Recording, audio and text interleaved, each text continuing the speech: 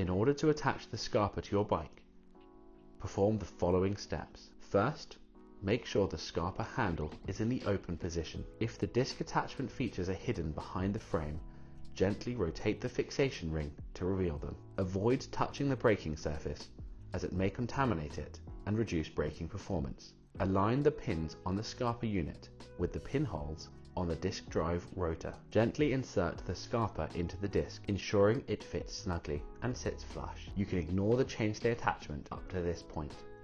Close the handle. Make sure the Skarper drive unit is locked to the disc drive rotor and the handle is fully closed. Rotate the Skarper unit clockwise and click into the chainstay latch.